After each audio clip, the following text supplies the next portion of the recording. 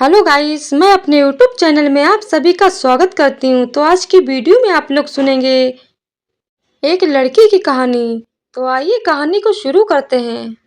मधु हैरान परेशान अपनी कानों पर उसे यकीन ही नहीं हो रहा था कि उसकी अपनी जननी माँ भाभी के साथ मिलकर उसके बारे में ऐसी बातें करेंगी।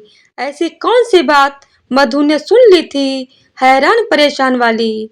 इस कहानी की शुरुआत होती है मायके की लाडली मधु से ही।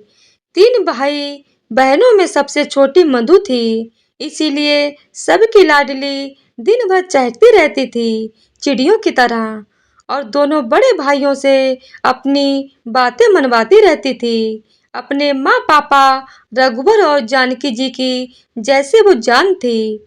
समय बीतता गया, पढ़ाई लिखाई करके दोनों भाई अपनी अपनी नौकरी में लग गए। एक एक कर दोनों भाइयों की भी शादी हो गई। घर में भाभी आ गईं। दोनों भाभी व्यवहार से तो ठीक ही थीं। परिवार में सब कुछ ठीक ठाक खुशी खुशी चल रहा था। मैं अभी बीए सेकेंड ईयर में पढ़ ही रही थी। देखने में भी अच्छी भली थी। जो भी रिश्तेदार आते सब यही कहते कि अब मधु के लिए रिश्ता देखिए। पापा कहते अभी नहीं, बीए कंप्लीट कर लेगी तब। क्या रघुबर, आप भी ज्यादा पढ़ लिख कर भी क्या करेगी? घर ही तो संभालना है, ससुराल जाकर ऐसा कैसे आप बोल रहे घनश्याम बाबू? आजकल जमाना बिना पढ़े लिखे गुजारे का नहीं है। लड़की पढ़ी लिखी रहेगी, कभी ऊंच नीच कुछ हो जाए उसके विपत्ति का श्रृंगार बनेगी या पढ़ाई। वैसे आपकी जो मर्जी रघुबर बाबू, मुझे कहना था सो मैंने कह दिया।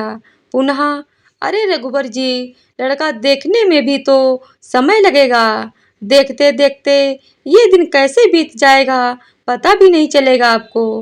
पापा थोड़ा रुक कर, हाँ यह भी सही कह रहे हैं आप, मुझे सोचना चाहिए मधु की शादी के बारे में। इधर मधु शादी की बात सुनकर थोड़ा सहम सी जाती है। अभी भी लोग ससुराल के माहौल को बहुत ही डरनुमा ही बनाते हैं, सहज नहीं। सभी हर बात में कहते ससुराल जाएगी तो सीख जाएगी। इसीलिए मधु को ससुराल के नाम से डर लगने लगा था। 2 साल बाद बेहतर रिजल्ट के साथ बीए पूरा कंप्लीट हो गया। मधु का कई जगह जाने के बाद मधु के लिए एक अच्छे वर की तलाश रघुवर जी की संपन्न हुई। आज हमारी मधु की शादी है मयंक बाबू के साथ। पेशे से बैंक मैनेजर हैं। उनके पिता सुंदर सुमन जी शिक्षक हैं। 2 छोटी बहनें हैं मयंक जी की। कुल मिलाकर सुखी संपन्न परिवार मिल रहा है हमारी मधु को। खुशी खुशी सारी रस्में शादी की पूरी होने के बाद मधु आज ससुराल पहुंचती है। बहुत जोरों शोरों से उसका स्वागत किया जाता है, क्योंकि घर की वह इकलौती बहू है। मधु की सासू माँ बहुत ही सुंदर से बहू का स्वागत करती हैं। सारी रस्में ससुराल की होने के बाद बहू को अपने कमरे में ले जाते हुए मयंक की माँ रेवती जी कहती हैं, मधु कोई भी दिक्कत हो तो बेझिझक मुझे कहना। मैं तुम्हारी माँ समान नहीं माँ हूँ। ठीक है माँ जी। माँ जी नहीं, सिर्फ तुम्हारी माँ। दोनों बहनें एक साथ बोलती हैं। और फिर मेरी माँ, अरे तुम सबकी माँ। 2 बेटी थी, अब 3 हो गई। मुझे हंसते हुए, चलो अब मधु को आराम भी करने दो। मैं तो करने दूंगी आराम, भैया करने देंगे। तब तो खिंचाई करते हुए मधु को हैरत हो रही थी कि यह सिर्फ मेरी सासू माँ का दिखावा था या फिर सच में मयंक जी की माँ ऐसी ही हैं। सभी आज तक बोलते रहते थे सास बहुत गर्म होती हैं, ससुराल में जीना मुश्किल कर देती हैं, वगैरह वगैरह। ये तो बिल्कुल विपरीत है। तभी मयंक बाथरूम से फ्रेश होकर आते हैं। कहाँ खो गई मेरी मधु? बस कहीं नहीं, यूं ही मयंक बाहों में लिपटते हुए आपके बारे में ही सोच रही थी। क्या? अभी नहीं बताऊंगी। सो जाइए। दोनों सो जाते हैं। कल की नई सवेरे और नई उम्मीदों के साथ सुबह जब आंखें खुलती हैं, मधु देखती है कि रेवती जी सारा काम कर चुकी होती हैं। मधु, पहले तुम स्नान करके पूजा कर लो, फिर सभी साथ में नाश्ता करेंगे। जी ठीक है। मधु, माँ आपने मुझे जगाया क्यों नहीं? कुछ काम में हाथ बटा देती मैं भी।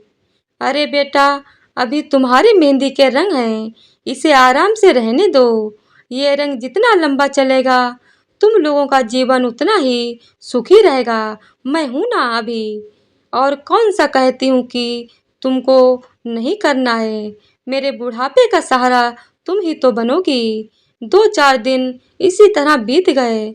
मधु, मुझे मम्मी के यहाँ जाना है। कोई बात नहीं, रेवती जी ने कहा। मयंक, मधु को जाओ मम्मी के यहाँ से घुमा लाओ। ठीक है माँ। जब मधु अपनी मम्मी के यहाँ जाती तो 1 सप्ताह 2 सप्ताह रुक जाती।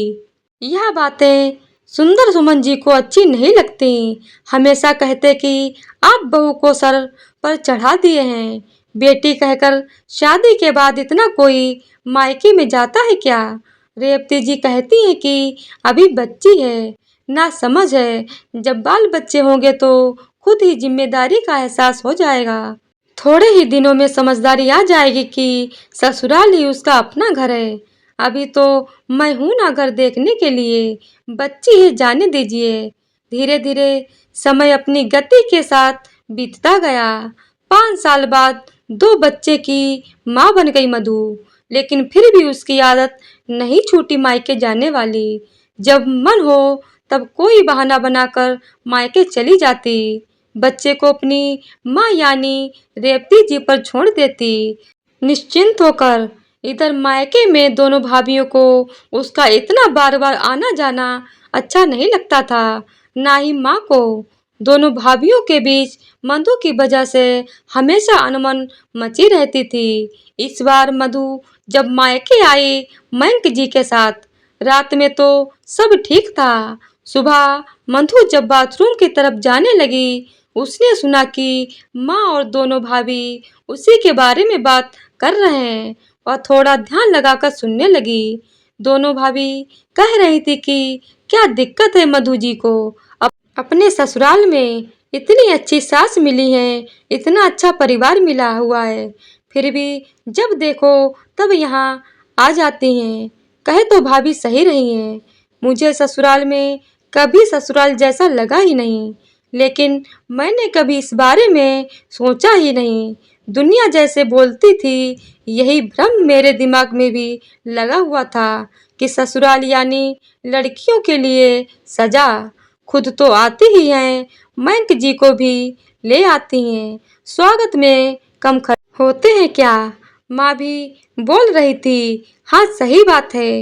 इस वक्त तुम दोनों झगड़ा मत करो, मैं मधु से बात करूंगी। तभी मधु माँ से लिपटते हुए, आज के बाद मैं बिना किसी ओकेजन कभी नहीं आऊंगी। यही मेरा फैसला है, यही सही है माँ। मधु की आंखों से आंसू जैसे रुकने का नाम ही नहीं ले रहे थे।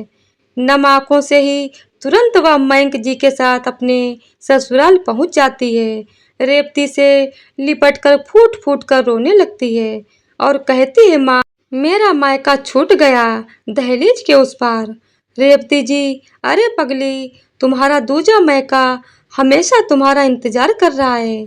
अपने घर को रोशन करो, यही तुम्हारा असली मायका है। माँ ने कहा, हाँ माँ, मैं हमेशा के लिए अपने मायके लौट आई हंसते हुए। तो दोस्तों, हम उम्मीद करते हैं कि ये कहानी आप लोगों को ज़रूर पसंद आएगी। अगर पसंद आए तो वीडियो को लाइक, शेयर और चैनल को सब्सक्राइब कर दीजिएगा और हमारे चैनल को अपना बहुत सारा प्यार दीजिएगा। धन्यवाद।